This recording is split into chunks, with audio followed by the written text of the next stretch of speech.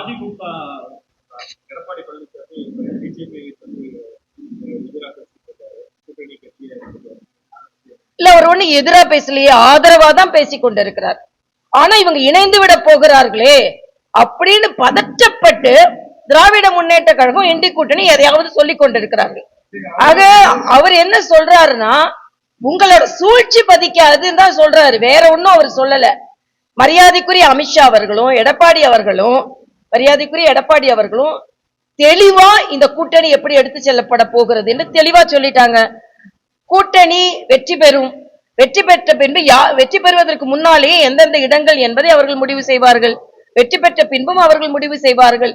அதனால தெளிவா ஒரு திட்டம். நான் கேட்கிறேன், திமுக அந்த தெளிவு இருக்கான்னு நான் கேட்கிறேன். இன்னைக்கு செல்வ பெருந்தகை எங்களுக்கு இடம் வேணும்னு கேட்கிறாரு ஆட்சியில. தம்பி கார்த்திக் சிதம்பரம் சொல்றாரு, அண்ணன் திருச்சி வேலுச்சாமி சொல்றாரு எங்களுக்கும் இடம் வேணும். ஏன் அண்ணன் திருமாவளவன் சொல்றாரு, நாங்க 4 ஓட்டு விழுந்தா அதுல 1 ஓட்டு எங்க ஓட்டுன்னு சொல்றாரு.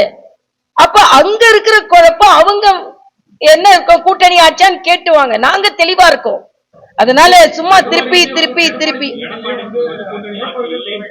இல்ல, நான் திருப்பி சொல்றேன், நாங்க தெளிவா என்ன சொல்லிருக்கோம், நாங்க வெற்றி பெறுவோம்.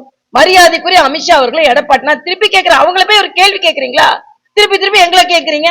நாங்க தெளிவாக இருக்கிறோம், தேசிய ஜனநாயக கூட்டணி வெற்றி பெறும். அதற்கு பின்பு எதையெல்லாம் மரியாதைக்குரிய அமித்ஷா அவர்களும் அண்ணன் எடப்பாடி அவர்களும் முடிவு செய்வார்கள் என்பதை தெளிவான எங்களுக்கு கருத்து. நான் முடிவு செய்யறதுக்கு, நாங்க சொல்றதுக்கு இங்க நாங்க யாருமே இல்லை. பிளே ஸ்டோர் மற்றும் ஆப் ஸ்டோரில் இருந்து பாலிமர் செயலியை QR கோடு மூலம் பதிவிறக்கம் செய்யுங்கள். செய்திகளை உடனுக்குடன் பெறுங்கள்.